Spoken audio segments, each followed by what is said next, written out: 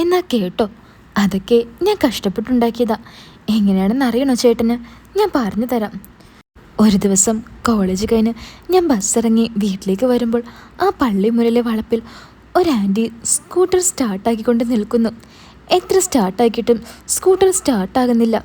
ഉച്ച സമയമായതുകൊണ്ട് തന്നെ ആ സമയത്ത് അവിടെ ആരും ഉണ്ടായില്ല.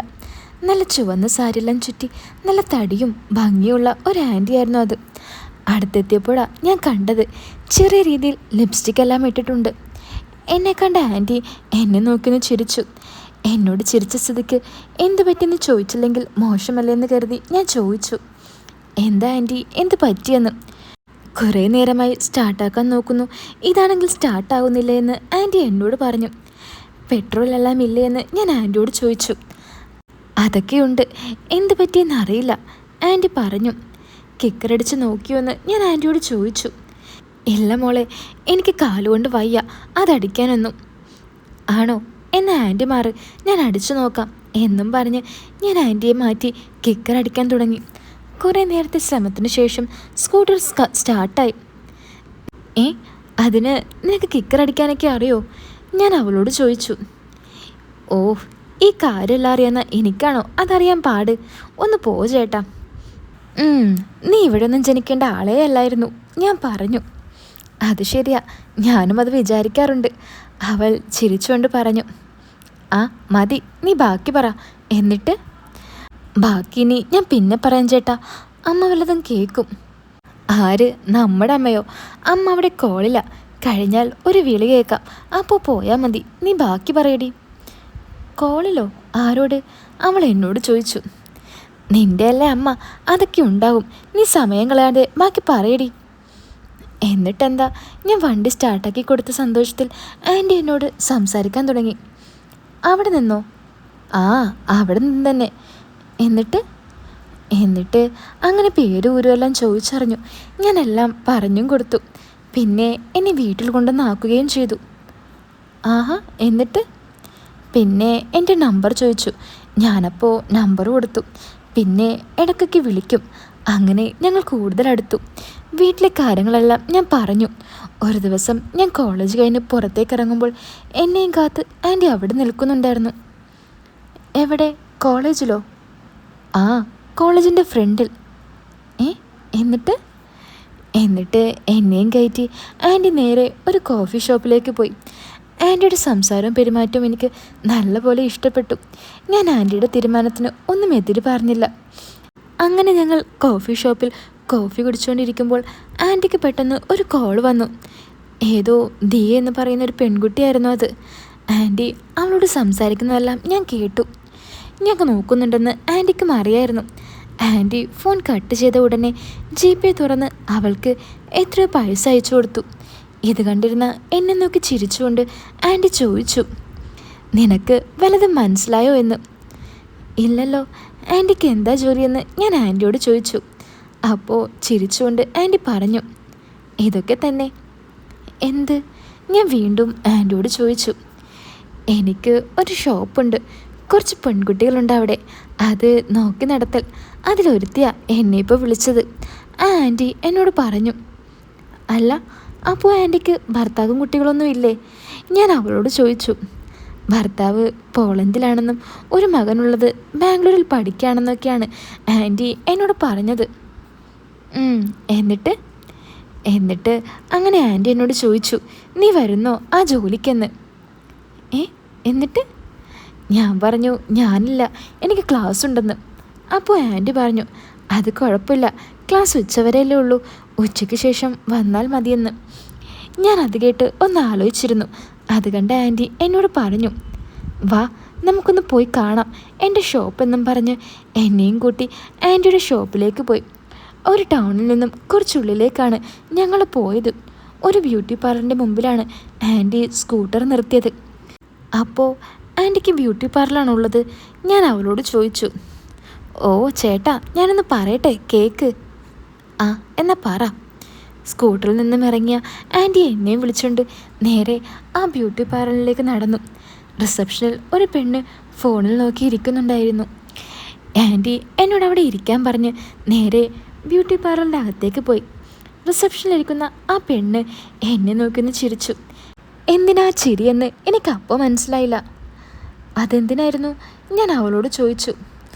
ഓ ചേട്ടാ, ഒന്ന് മിണ്ടാതിരിക്ക്, ഞാൻ പറയട്ടെ, അപ്പോൾ മനസ്സിലാവും. ഓഫ്, എന്നാ വേഗം പറയടി.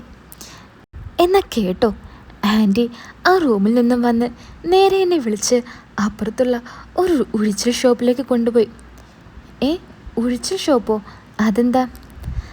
അത് ഈ തൈലമെല്ലാം ഇട്ട് നടുവിനും നട്ടലിനൊക്കെ വയ്യാത്തവരെ ഉഴിഞ്ഞ് ശരിയാക്കുന്നൊരു ഷോപ്പ്. വലിയ ബോർഡൊന്നുമില്ല, ഒരു ചെറിയ ബോർഡ് ആ റൂമിൻ്റെ മുന്നിൽ വെച്ചിട്ടുണ്ടായിരുന്നു. എന്നെയും കൊണ്ട് ആൻറ്റി അങ്ങോട്ടേക്ക് കയറി. ഞാൻ നോക്കുമ്പോൾ ഒരാളെ ഒരുത്തി ഉഴിഞ്ഞുകൊണ്ടിരിക്കുന്നു. ആ റൂം അടച്ച് ആൻറ്റി എന്നെ വേറൊരു റൂമിലേക്ക് കൊണ്ടുപോയി. അവിടെ എത്തിയപ്പോൾ ആൻറ്റി എന്നോട് പറഞ്ഞു, നീ ഇവിടെ നിൽക്ക്, ഞാൻ നിന്നെ വിളിക്കാമെന്ന്. എന്നിട്ട് ആൻറ്റി അടഞ്ഞു കിടക്കുന്ന ആ റൂമിൻ്റെ കതക് ആൻറ്റി കുറച്ചു പോയി തുറന്നു നോക്കി. അത് കഴിഞ്ഞ് അപ്പോൾ തന്നെ ആൻറ്റി എന്നെ അങ്ങോട്ടേക്ക് വിളിച്ചു. ഞാൻ ആൻറ്റിയുടെ അടുത്തേക്ക് ചെന്നപ്പോൾ ആൻറ്റി എന്നോട് പറഞ്ഞു ആ കതകിൻ്റെ ഇടയിലൂടെ നോക്കാൻ.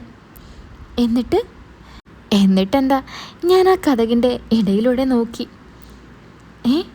എന്നിട്ട് ബാക്കി പറ. അത് അവിടെ നടക്കുന്നത് വേറെ ചില ഉഴച്ചിലും കൊഴിച്ചിലും ഒക്കെയാണ്. അതെന്താ അങ്ങനെ? ഞാൻ അവളോട് ചോദിച്ചു. ഓ, ഇത്രയും പറഞ്ഞിട്ടും ചേട്ടന് മനസ്സിലായില്ലേ? പുറത്തുള്ള റൂമിലാണ് ശരിക്കുള്ള ചികിത്സ, ബാക്കിയുള്ള റൂമിൽ ആവശ്യമുള്ളവർക്ക് ഇഷ്ടമുള്ള ചികിത്സയുമാണ്. ഓ, അപ്പോൾ അതിനാണോ ആൻറ്റി നിന്നെ അങ്ങോട്ട് കൊണ്ടുപോയത്? ഞാൻ അവളോട് ചോദിച്ചു. അതെ, മറ്റുള്ള പരിപാടികളൊന്നുമില്ല, ഫുൾ ഒഴിച്ചിൽ മാത്രം. ഫുള്ളെന്ന് പറഞ്ഞാൽ? ഞാൻ അവളോട് ചോദിച്ചു.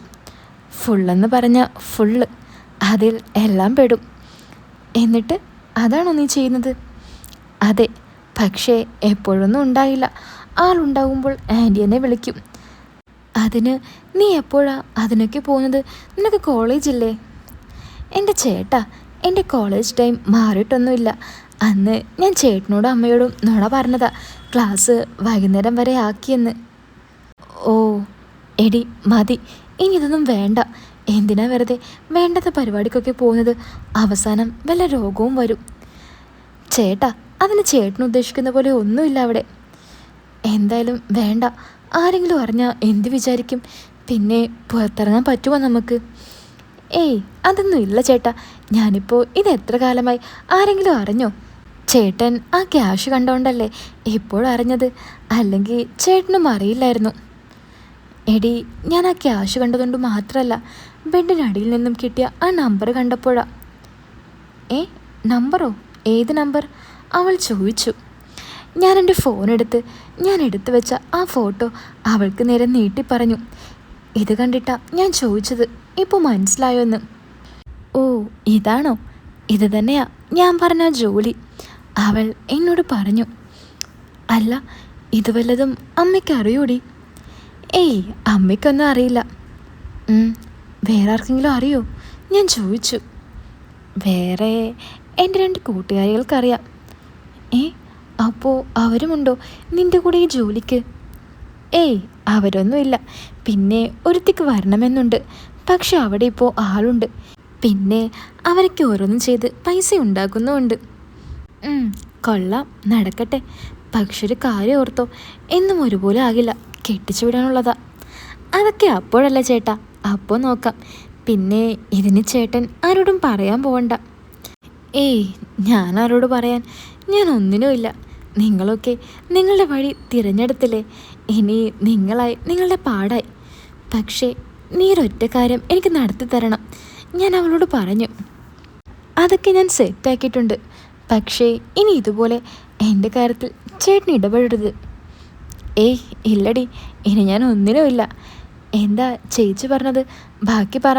പിന്നെ എന്താ നടന്നത്? ഞാൻ അവളോട് ചോദിച്ചു. അത് ഞാൻ പറയാം. ആദ്യം ഞാൻ പോയിട്ട് ചോറെടുത്ത് വെക്കട്ടെ, ഇല്ലെങ്കിൽ അമ്മ എന്നെ കൊല്ലും. അവൾ അതും പറഞ്ഞ് കിച്ചണിലേക്ക് പോയി. ഞാൻ അവളുടെ പിറകെ പോയി ചോദിച്ചു. എടി, ഒന്ന് പറയടി, ഞാൻ ഇതും എനിക്ക് വെച്ചുകൊണ്ട് നടക്കുക. അവസാനം ഉപ്പിലിട്ട് വെക്കേണ്ടി വരുമോ? അതൊന്നും ഇല്ല. പക്ഷേ അതിനെ മെരിക്കാനുള്ള പവറൊക്കെ നിനക്ക് ഉണ്ടോടാ? നീ എന്നെ പറയിപ്പിക്കരുത്. അവളെന്നെ കളിയാക്കി ചിരിച്ചുകൊണ്ട് കിച്ചണിലേക്ക് കയറി. ഇതെന്താടാ നീ അവളുടെ പിന്നാലെ ഇങ്ങനെ നടക്കുന്നത്? നിനക്ക് വേറെ പണിയൊന്നുമില്ലേ? പെട്ടെന്ന് അമ്മ അങ്ങോട്ട് കയറി വന്ന് എന്നോട് ചോദിച്ചു. ഓ, നിങ്ങളുടെ പണിയൊക്കെ കഴിഞ്ഞു കാണും അല്ലേ? ഞാൻ അമ്മയോട് ചോദിച്ചു. എന്താടാ നീ എന്തേ അങ്ങനെ പറഞ്ഞത്? അമ്മ ദേഷ്യത്തോടെ ചോദിച്ചു. ഏയ് ഒന്നുമില്ല. അമ്മ എവിടെയായിരുന്നു? ഇവിടെ കണ്ടില്ലല്ലോ. ഞാൻ റൂമിലുണ്ടായിരുന്നു. എന്താ എന്താ പ്രശ്നം? അല്ല, അമ്മ ആരോടോ സംസാരിക്കുന്നത് കണ്ടു. ആരായിരുന്നു അത്? ഞാൻ അമ്മയോട് ചോദിച്ചു. അത് ശോഭേച്ചിയായിരുന്നടാ, അമ്മ പറഞ്ഞു.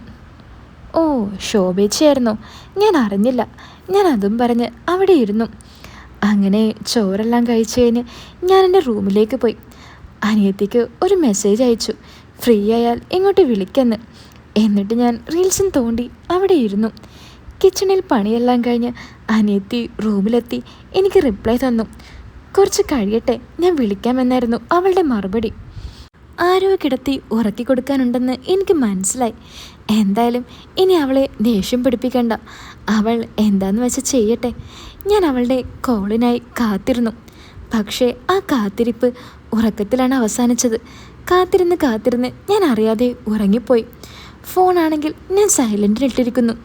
രാവിലെ അവൾ വന്ന് കഥകൾ തട്ടിയപ്പോഴാണ് ഞാൻ ഉണർന്നത്. കഥക് തുറന്ന എന്നെ നോക്കി അവൾ ചോദിച്ചു, എത്ര വിളിച്ചു ഞാൻ, നീ എന്താ ഫോൺ എടുക്കാത്തെ? എടി, ഞാൻ എൻ്റെ കോളും കാത്തിരുന്ന് അറിയാതെ ഉറങ്ങിപ്പോയടി. കൊള്ളാം, നന്നായി. ഞാൻ കുറേ വിളിച്ചു നോക്കി. അവസാനം എനിക്ക് മടുത്തു. ഞാൻ കിടന്നുറങ്ങി. Sorry D. അല്ല, അമ്മ എവിടെ? ഞാൻ അവളോട് ചോദിച്ചു. അവിടെ പുറത്ത് നിൽക്കുന്നുണ്ട്, അവൾ പറഞ്ഞു. തള്ള രാവിലെ തന്നെ തുടങ്ങിയോ? എല്ലാവരുടെയും രുചി അറിയാൻ നടക്കുക തള്ള. ആ അണ്ണൻ്റെ ഇരുമ്പുലക്കയുടെ പവർ അറിഞ്ഞാലേ തള്ളയ്ക്ക് മതിയാവുള്ളൂ ഈ നോട്ടം. ഒന്ന് പോടാ, അങ്ങനെയൊന്നും പറയല്ലേ. പിന്നെ പറയാതെ. അമ്മ എന്താ വിചാരിച്ചത്? ATM മെഷീനാണെന്നോ എല്ലാവർക്കും വന്ന് കാർഡിട്ട് നോക്കാൻ? ഡാ, ഇന്ന് ചുമ്മാതിരി. ഞാൻ ടേബിളിൽ ചായ എടുത്തു വെച്ചിട്ടുണ്ട്. പോയി കുളിച്ചു വാ, നമുക്ക് ഒരുമിച്ച് പോകാം ഇന്ന് കോളേജിലേക്ക്, അവൾ പറഞ്ഞു. കോളേജിലേക്കോ? ഞാനെന്തിനാ കോളേജിൽ വരുന്നത്? അതല്ല ചേട്ടാ, ചേട്ടൻ കോളേജിലേക്കൊന്നും വരണ്ട. എന്നെ ഒന്ന് വിട്ടു തന്നാൽ മതി. ചേട്ടന് ചേച്ചിയുടെ കാര്യം അറിയണ്ടേ? പോകുന്ന വഴിക്ക് ഞാൻ പറഞ്ഞു തരാം. ആ, അതിനാണോ? എന്നാൽ ഞാൻ വരുന്നു. അതും പറഞ്ഞ് ഞാൻ വേഗം പോയി കുളിച്ച് ചായ എല്ലാം കുടിച്ച് റെഡിയായി ഇറങ്ങി. അണ്ണൻ്റെ ദർശനം കിട്ടിയ അമ്മ സിറ്റ് ഔട്ടിൽ തന്നെ ഇരിക്കുന്നുണ്ടായിരുന്നു. എങ്ങോട്ടാ നീ ഇന്നിത്ര നേരത്തെ പോകുന്നത്? അമ്മ എന്നോട് ചോദിച്ചു. ഇന്ന് കുറച്ച് നേരത്തെ പോകേണ്ട ആവശ്യമുണ്ട്, ഞാൻ അമ്മയോട് പറഞ്ഞു. അപ്പോഴേക്കും അനിയത്തി ബാഗുമായി ഓടിയെത്തി. വാ ഏട്ടാ, പോകാം. അല്ല, ഇവളും വരുന്നുണ്ടോ നിൻ്റെ കൂടെ? അമ്മ ചോദിച്ചു. ആ, അവളും വന്നോട്ടെ, ഞാൻ അവളെ കോളേജിലേക്ക് വിട്ടോളാം, ഞാൻ അമ്മയോട് പറഞ്ഞു. അങ്ങനെ ഞാനും അവളും യാത്ര തിരിച്ചു. എന്താടി ചേച്ചി പറഞ്ഞത്? പോകുന്ന വഴി ഞാൻ അവളോട് ചോദിച്ചു. അതൊക്കെ പറയാം, പക്ഷേ എനിക്കൊരാഗ്രഹമുണ്ട്, അത് നീ സാധിച്ചു തരണം. എന്താടി ഇനിയൊരാഗ്രഹം? ഞാൻ അവളോട് ചോദിച്ചു. അത് എനിക്ക് ഇന്നലെ രാത്രി തോന്നിയ ഒരു ചെറിയ ആഗ്രഹമാണ്.